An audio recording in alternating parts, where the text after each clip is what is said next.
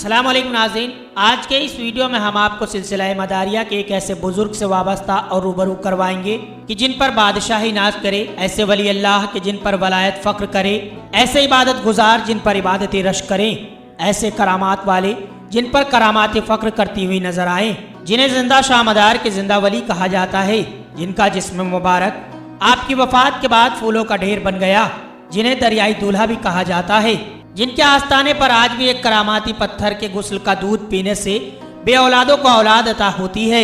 मैं बात कर रहा हूँ शहंशाह बड़ौदा हजरत बाबा मान की। हजरत बाबा मान का आस्थाना है मुबारक गुजरात के जिले बड़ौदा में आपके ही नाम से मंसूब इलाके बाबा मान में मर्ज़ खलाइक है। आपका असल और मुकम्मल नाम शहंशाह बड़ौदा आरिफ बिल्लाह मखदूमुल हिंद मलंग आज़म हजरत सैयद अकमल हुसैन और बाबा मान शाह मलंग दरियाई दीवानगान रहमतुल्लाहि ताला अलैह है। आपकी विलादत मुबारक 721 हिजरी मुताबिक 1299 हिजरी को हुई। आप सिलसिला मदारिया के अजीम बुजुर्ग और मलंग गुजरे हैं। आपका शजरा तरीकत महज 2 वास्तों से होता हुआ हुजूर सैयदी बदियुद्दीन कुतुबुल मदार जिंदा शामदार रहमतुल्लाहि ताला अलैह से मिलता है। आपने हजरत सैयद सदन शाह सरमस्त रहमतुल्लाहि ताला अलैह के दस्ते हक पर बैत व खिलाफत हासिल की। आपका शजरा तरीकत कुछ इस तरह से नबी करीम सल्लल्लाहु अलैहि वसल्लम से जाकर मिलता है। हजरत सैयद अकमल हुसैन उर्फ बाबा मान मलंग मदारी, उनके पीर हजरत सैयद सदन सरमस्त मदारी, उनके पीर हजरत सैयद जमालुद्दीन जानेमन जन्नती, उनके पीर हजरत सैयद बदियुद्दीन जिंदा शामदार, उनके पीर हजरत ख्वाजा सैयद बायजीद बुस्तामी, उनके पीर हजरत सैयद ख्वाजा हबीब आज़मी, उनके पीर हजरत सैयद ख्वाजा हसन बसरी, उनके पीर हजरत सैयदना मौला अली करमुल्लाह वजहुल करीम से होता हुआ नबी करीम सल्लल्लाहु अलैहि वसल्लम से जाकर मिलता है।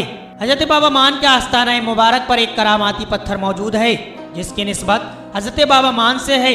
और जब भी आप अपने पीर सदन शाह सरमस्त जिनका मज़ार अक़दस पांडु में मौजूद है कि बारगाह में जाते थे तो इसी पत्थर को अपने पैरों से मारते हुए अपने पीर की बारगाह में जाते और वैसे ही वापस आते थे। आपने अपने पीर सदन शाह सरमस्त की तरफ कभी पीठ नहीं की। आज भी इस करामाती पत्थर की करामात यह है कि जिस औरत को औलाद नहीं होती वो सिर्फ इस करामाती पत्थर के गुस्ल का दूध पी ले तो आपकी दुआ से उसे औलाद नसीब होती है। यही नहीं, बड़ी से बड़ी किस्म की बीमारियों का इलाज भी इसी करामाती पत्थर से होता है। और ख़ास कर बाबा मान रहमतुल्लाहि ताला अलैह के संदल यानी 8 शाबान के रोज़ ये दूध आवाम में तकसीम किया जाता है। एक मरतबे आप बड़ौदा पहुँचे। उस वक्त वहाँ एक जोगी रहता था जो बड़ौदा के राजा का गुरु था। उसने राजा से कह रखा था कि मुसलमान फ़ुकरा को शहर बड़ौदा में न मांगने दिया जाए। इसी वजह से राजा ने फ़ुकरा को नजर नियाज पर पाबंदी लगाई हुई थी। वो जोगी अपने हाथ में कांवड़ रखता था जिससे वो पूरे शहर में मांगता था। बाबा मान को जब यह खबर मिली तो आप राजा के दरबार में पहुंचे। दरबार ने उन्हें रोकने की कोशिश करनी चाहिए मगर मदारियत के जलाली कदम को रोक न सका। आखिरकार बाबा मान दंदनाते हुए राजा के सामने पहुंचे। राजा ने आपका चेहरा देखा तो जलाले मान से उसे जलाले खुदाबंदी नजर आने लगा। राजा पर खौफ से तारी हुआ और कहा, बाबा मेरे करीब आकर बैठिए और बताइए आखिर इतने गुस्से में क्यों हैं। बाबा मान ने फरमाया कि अय राजा, तूने आखिर अपने शहर में मुस्लिम फुकरा के लिए खैरात का दरवाजा क्यों बंद किया हुआ है। राजा ने अदब के साथ कहा कि मेरे गुरु ने मुस्लिम फुकरा को धर्म देने के लिए मना किया हुआ है। बाबा मान ने फरमाया, अपने गुरु को बुला। राजा ने उस जोगी को बुलवाया। जोगी अपनी कांवड़ अपने साथ लाया और बगल में उसको रख दिया। जब बाबा मान ने उससे पूछा, क्या ये जोगी तू राजा को खैरात करने से क्यों रोकता है, तो वो कहने लगा कि हमारे मजहब में मुसलमानों को धर्म देना जायज नहीं। तो आपने फरमाया, तेरे पास क्या है? उसने कहा, कांवड़ है।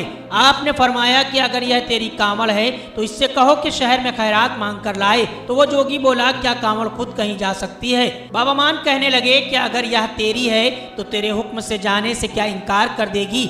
जोगी मुस्कुराया और कहा कि अगर ऐसा है तो आप ही इसे मंगवाने के लिए भेज दीजिए। आप मुस्कुराए और कांवड़ से फरमाया, जा माई, हुक्म खुदा से और दुआए फकीरी से ढाई घर मांगला और तौहीद बोल। ये कहते ही कांवड़ हिलने लगी और उठी और जोगी के करीब से गुजरी। पूरा दरबार एक हैरत और इस्तेजाब के आलम में डूब गया। कांवड़ जोगी के पास से गुजरती हुई बाबा मान के पास आई और खूब हिलने लगी और तौहीद ला इलाहा इल्लल्लाह कहने लगी। फिर उसका रुख शहर की तरफ हो गया। शहर में जिस दरवाजे पर वो कांवड़ पहुंचती लोग उसमें खैरात करते, यहाँ तक कि औरतें अपने जेवरात भी उसमें खैरात कर देती। थोड़ी देर में वो कांवड़ शहर से मांग कर वापस आ गई। यह देख कर राजा हाथ बांध कर खड़ा हुआ और सारे दरबारी भी खड़े हुए। राजा ने कहा, बाबा हम शर्मिंदा हैं, मेरी खता माफ हो, मेरे लिए जो हुक्म हो मैं मानने को तैयार हूँ। हजरत बाबा मान ने फरमाया, ए राजा, हम फकीरों को दुनिया की चाह नहीं होती, बस एक बात यह है कि मेरे इस्लामी फकरा पर लगी पाबंदी को हटाया जाए और इस शहर बड़ौदा का नाम मेरे नाम से मंसूब किया जाए। बस राजा ने यह ऐलान किया कि सिर्फ बड़ौदा कह के इस शहर को न पुकारा जाए, बल्कि जब भी कहा जाए तो बाबा मान का बड़ौदा कहा जाए। साथ ही साथ मुस्लिम फकरा पर लगी पाबंदी को भी राजा ने खत्म कर दिया। आपको बाबा मान कहने की मुझे ये वजह समझ में आती है कि जो राजा और जोगी किसी फकीर को न मानते थे, आपकी करामात से वो मानने पे मजबूर हो गए। दूसरी बात यह भी कही जा सकती है कि खोई हुई फकरा की इज्जत यानी मान को सम्मान उन्हीं ने दिलाया, इसीलिए उन्हें मान कहा जाता होगा। इसी के लिए लोग आपको बाबा मान के नाम से पुकारते हैं। हजरत बाबा मान को दरियाई दूल्हा के लक़ब से भी पुकारा जाता है। कहा जाता है कि आपके एक मुरीद जो कि सौदागर थे, उनका मज़ार अक़दस आपके आस्ताने के ही करीब बना हुआ है, जो एक बार दरिया में सफ़र कर रहे थे।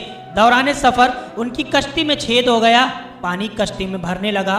मुरीद ने अपने पीर को याद किया और कहा, या बाबा मान मेरी मदद फरमाएं। आप उस वक्त बड़ौदा में मौजूद थे, आपके कंधे मुबारक पर एक कपड़ा मौजूद था, आपने उसी कपड़े को जमीन में लगा दिया, जिससे उस किश्ती में छेद बंद हो गया और उस सौदागर की कश्ती पार लग गई। इसी तरह बहुत से दरिया में फंसे लोगों ने आपको याद किया और आप उनकी रहनुमाई फरमाते थे, इसीलिए आपको दरियाई दूल्हा के लक़ब से पुकारा जाता है। और आपकी ये भी करामात है कि आपको न गुस्ल दिया गया, न कफन दिया गया और न ही आपके जनाजे की नमाज हुई।